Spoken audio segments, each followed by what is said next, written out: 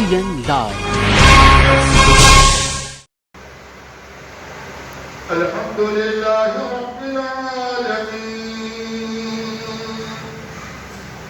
الرحمن الرحيم مالك يوم الله الصمد لم يلد ولم يولد ولك نستعين اهدنا الصراط المستقيم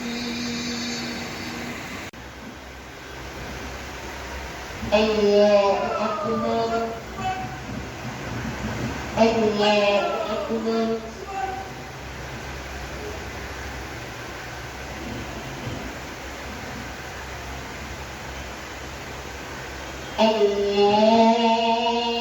أكبر ولا الضالين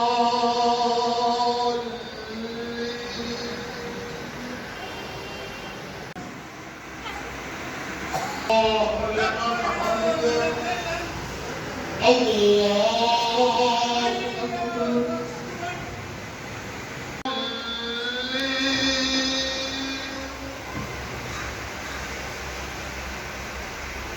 لإيلاف قريش إيلافهم رحلة الصناع الأحياء منهم والأموات إنك مجيب الدعوات ربنا آتنا في الدنيا حسنة وفي الآخرة حسنة وقنا عذاب النار وأدخلنا الجنة مع الأبرار يا عزيز يا غفار اللهم إني أسألك العفو.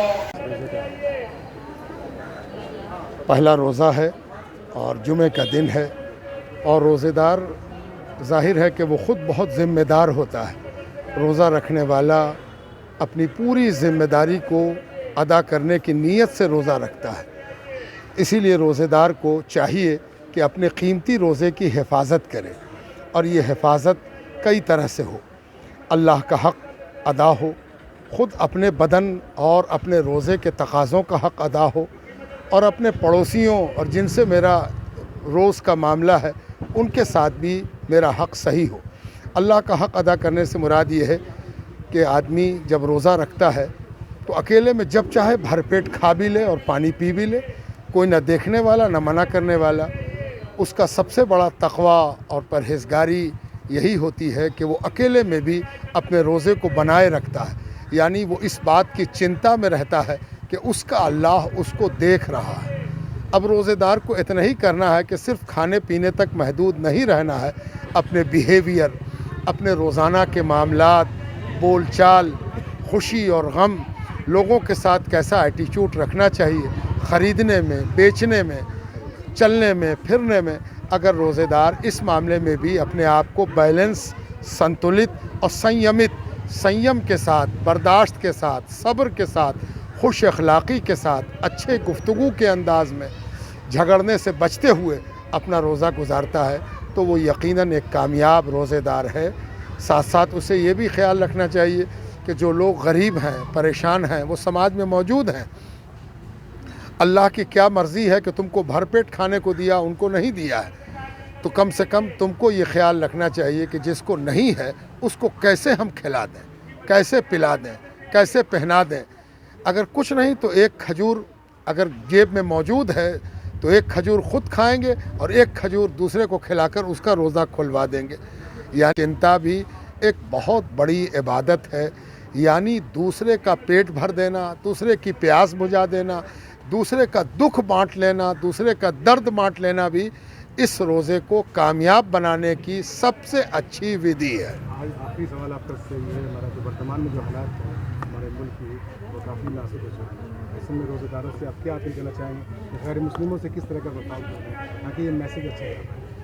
سب سے پہلی بات تو یہ جاننا چاہیے کہ ہمارے غیر مسلم بھائی بھی ہمارے روزے کی عزت اور آدر کرنے میں کبھی پیچھے نہیں رہے ہیں.